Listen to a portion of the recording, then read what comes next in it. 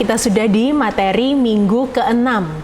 Nah, di minggu ke-6 setelah kita belajar tentang organisasi, tentang manajemen, sekarang kita masuk ke bagaimana kita mendesain atau mengatur, mengarahkan satu organisasi supaya apa? Supaya jelas siapa melapor ke siapa, siapa yang mengambil keputusan, siapa yang mengerjakan apa. Itu semua ada dalam desain organisasi. Apa sih organisasi itu?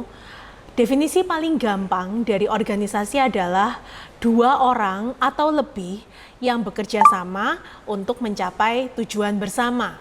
Jadi misalnya direktur dengan partnernya sama-sama bekerja sama untuk mencapai keuntungan atau untuk menjalankan organisasinya. Itu adalah contoh dari organisasi. Lalu untuk tahu siapa melapor ke siapa, maka dibutuhkan yang namanya diagram organisasi. Pasti kalian sering melihat juga di diagram organisasi selalu ada di website semua perusahaan. Kalian mau lihat desain organisasinya Unilever, Indofood, Bank Mandiri, pasti ada di websitenya. Mengapa setiap organisasi penting untuk mempunyai diagram? Diagram itu menggambarkan posisi. Oh, saya misalnya sebagai dosen, posisi saya di Universitas Airlangga itu di mana? Saya harus lihat di diagram organisasi Universitas Airlangga.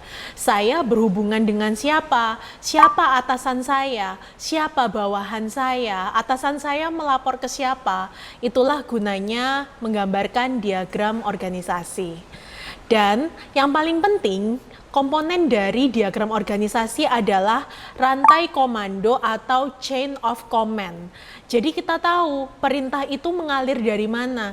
Dari atas pimpinan manajer puncak ke manajer menengah, ke manajemen tingkat pertama hingga ke karyawan. Semuanya harus jelas, terstruktur, dan tertulis di dalam diagram organisasi. Nanti di salindianya akan ada contoh diagram organisasi.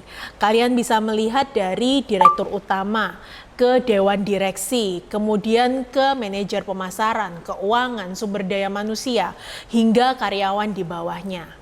Jadi penting untuk tahu diagram organisasi dari suatu perusahaan. Nah, beberapa hal yang harus disampaikan di dalam penyusunan desain organisasi.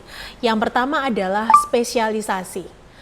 Spesialisasi artinya menjelaskan posisi seseorang di dalam organisasi serta apa yang harus dia kerjakan. Dia ahli di bidang apa, maka dia harus mengerjakan hal tersebut. Semakin spesifik, semakin terspesialisasi. Itu adalah satu poin penting dalam spesialisasi. Pembagian tugas dan proses pekerjaan ke orang yang berbeda-beda. Supaya apa? Supaya tahu siapa bertanggung jawab atas apa.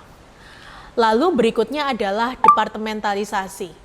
Departementalisasi artinya adalah pembagian, pengelompokan pekerjaan ke dalam satu unit.